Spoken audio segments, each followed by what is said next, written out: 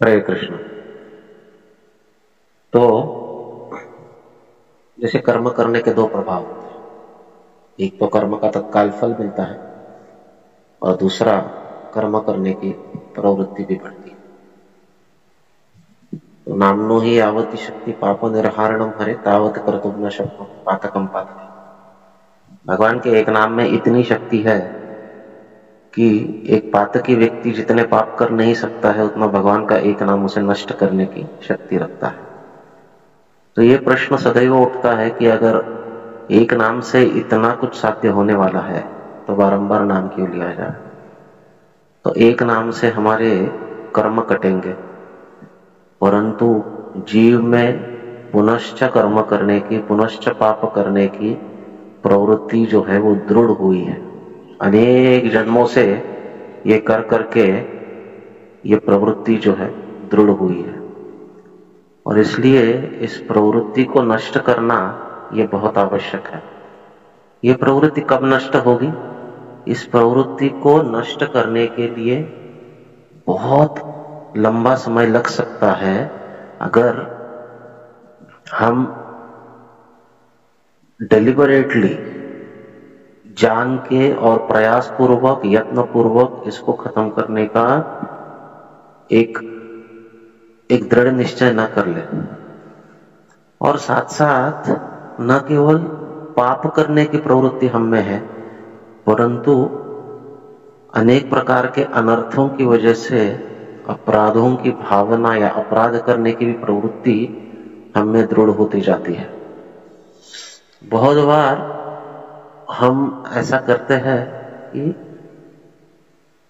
अनंत कोटि वैष्णव वृंद की जय, अनंत कोटि वैष्णवों को प्रणाम करते हैं, लेकिन बगल में एक सीधा साधा वैष्णव बैठा है, उसके प्रति मन में कभी कभी सम्मान नहीं होता है, उसके प्रति कभी कभी हम अपराध कर बैठते हैं। ये अनायास होता है, ऐसा कोई जानपूर्वक नहीं करता है और इसलिए यत्न पूर्वक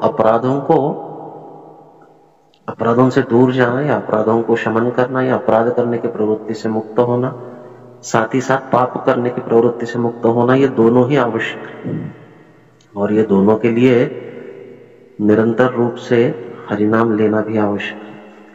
अगर हम हरिनाम का जप निरंतर रूप से करते हैं तो न केवल पाप कटेंगे परंतु पाप करने की प्रवृत्ति जाएगी, न केवल अपराध कटेंगे लेकिन अपराध करने की प्रवृत्ति भी जाएगी और अपराध करने की प्रवृत्ति जो है ये सबसे घातक है।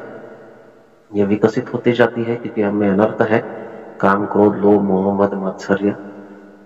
और जैसे जैसे हम भक्ति करते हैं वैसे भक्ति उन्मुख अनर्थ भी आते हैं, पूजा, मान, प्रतिष्ठा की इच्छा और सत्ता की इच्छा, कुछ कंट्रोल करने की इच्छा, ये सब भी हमें आता है। भक्तिनाथ ठाकुर कहते हैं भक्ति करने वाले साधक के मन में ये इच्छाएं उत्पन्न होती है, तो इससे कटाक्ष से दूर रहना बहुत आवश्यक है। और ये जो है केवल भजन क्रिया से नहीं होता है, ये करने के लिए हमको उपदेश पूर्वक भक्तों का संग, उनका सानिध्य प्राप्त करना बहुत आवश्यक है। उपदेश पूर्वक का अर्थ क्या होता है?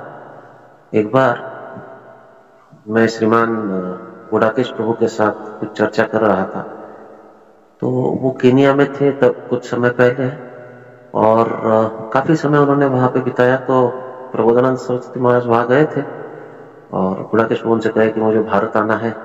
महाराज कहे कि आपको तो गुरुदेव की इच्छा है आप केनिया में रहे, बोले यहाँ पे भक्तों का संग नहीं है। तो वहां पर बहुत सारा तुलसी का वन था, तो प्रबोधानंद सरस्वती महाराज का ये है ना, तुलसी महारानी है तो शुद्ध भक्त है, इनका संग आपको मिल रहा है।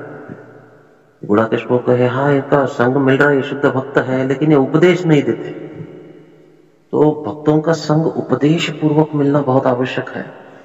उपदेश प्राप्त करना बारंबार, ये मन हमें अवश्य धोखा देगा, इसमें कोई संदेह नहीं है, परंतु हम जब बारंबार उपदेश प्राप्त करते हैं हमारे वरिष्ठ भक्तों से, गुरुजनों से, तो वो उपदेश वास्तविक हमसे पाप करने की प्रवृत्ति और अपराध करने की प्रवृत्ति ये दोनों ही मिटाते हैं। इसलिए वैष्णव सान्निध्य पूर्वक भजन क्रिया जो है ये अनर्थों की निवृत्ति करेगी।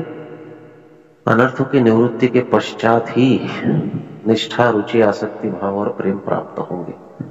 इसलिए सदैव नाम जप करना यह अनिवार्य है। एक नाम से पाप नष्ट होंगे, परंतु पाप और अपराध करने की प्रवृत्ति जो है यह निरंतर नाम लेने से और उपदेश पूर्वक वैष्णव सान्निध्य प्राप्त करने से ही नष्ट होती है। हरे कृष्ण।